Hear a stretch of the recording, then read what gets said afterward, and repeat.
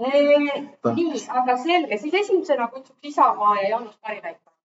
Nii, tere kõigile. Kõigile on 5 minutit.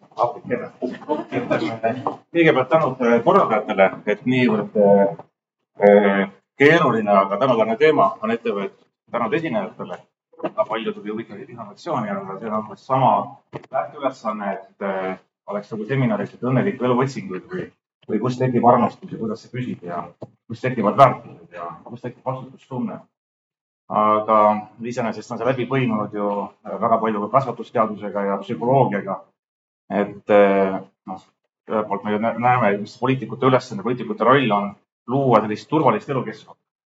Ja ta saab ühelt poolt teha seda läbi kohaliku omavalitsuse, läbi keskvalitsuse, läbi erinevate poliitikate, kuidas on meie majanduskeskkond, kuidas meie töösuhted on reguleeritud. Ühesõnaga kokkuvõtlikult öeldes, kuidas poliitikud saavad oma otsustega teha nii, et ühiskondlikult pingeid minimiseerida. Et need ei kanduks peresuhetest ja ei langutaks sealt peasid suhteid. Teine küsimus on siis selles, on ju tõesti, et mida teha, et perekond koos püsib. Ja tahaksin tegelikult tunnustada esimest ettekandjat, et ma arvan, et sellises laadses ettekandeks olema gümnaasiumis kohustuslik.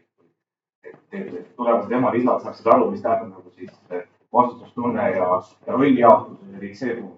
Sel teemal on väga palju pakse uuringuid iseenesest.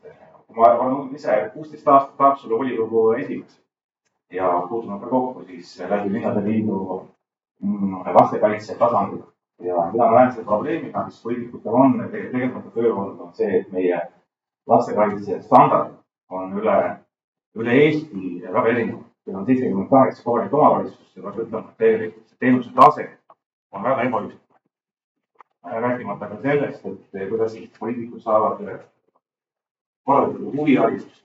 Ja kõik on seotud ka mõnes mõttes perekeskkonnaga, pereturvalisusega.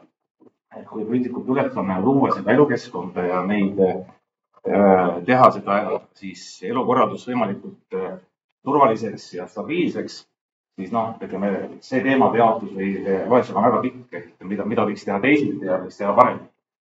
Nii et kui peaks kokkuvõtlikult ütlema, et perekond, kohalik omavalitsus, riik, et siis me tahame ühelt poolt ju head teenust, me tahame, et see teenus oleks ka kiire, et laps ei kannataks kõikide nende menetlustoimingute all.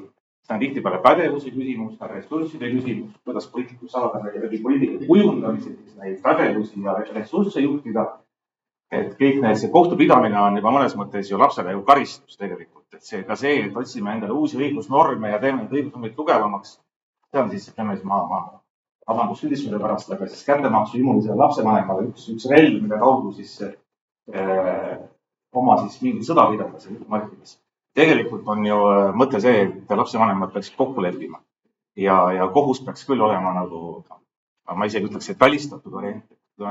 Kui me kohtusse minnakse, siis igal juhul kannatavad seal, kui lapsevanemad oma egode pärast võitlevad, kannatavad ju lapsed kõige rohkem sellest ja kui me vaatame ka laste vaimse tervise uuringuid, mida siis ka sotsiaalkomisjoni vedamisel on väga mitmed seminarid näidatud, siis viimase paari aasta tendentsid on ilmaäratavad. Seal on vanuses 10 kuni 19 aastaste vaimse tervise häired üle 50% kasvanud. Seal on väga palju osiseid ühiskonnas. Kuidas seda kõike parandada, on üks indeks, see õnneindeks.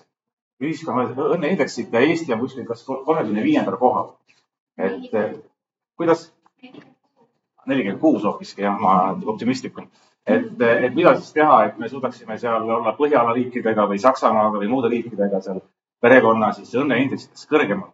Siin on olemas poliitikutel omad meetmed, omad võimalused ja nii, et ja eks seal teha oleks palju, kas ma mõtlen 5 minutit, üks minut veel, et ühesõnaga see õnnekoefitsiendi tegelemine ei olegi selline abstraktne mõõdik, et seda peaks tegelikult võtma, oli üks riik, kes võttis oma põhiseadusesse sisse. Et poliitikute ülesanne on tegeleda selle ühiskonna õnnekoefitsiendi. Ja see tööriistakast on päris ju rikkalik. Küsimus on, kuidas poliitikud kokkuleppele saavad, et kui võim on käes, et kas siis tegeletakse 1, 2, 3 asjaga või siis ka siis see perekonna heaolu ja turvatunne, lapse heaolu on ka olemas prioriteedina või siis mitte. Nii et ma vaatan auditooriumisse ja tekib küsimus, et miks mehi siin nii vähe on. Aga see on ka üks küsimus tegelikult. Aga aitäh teile.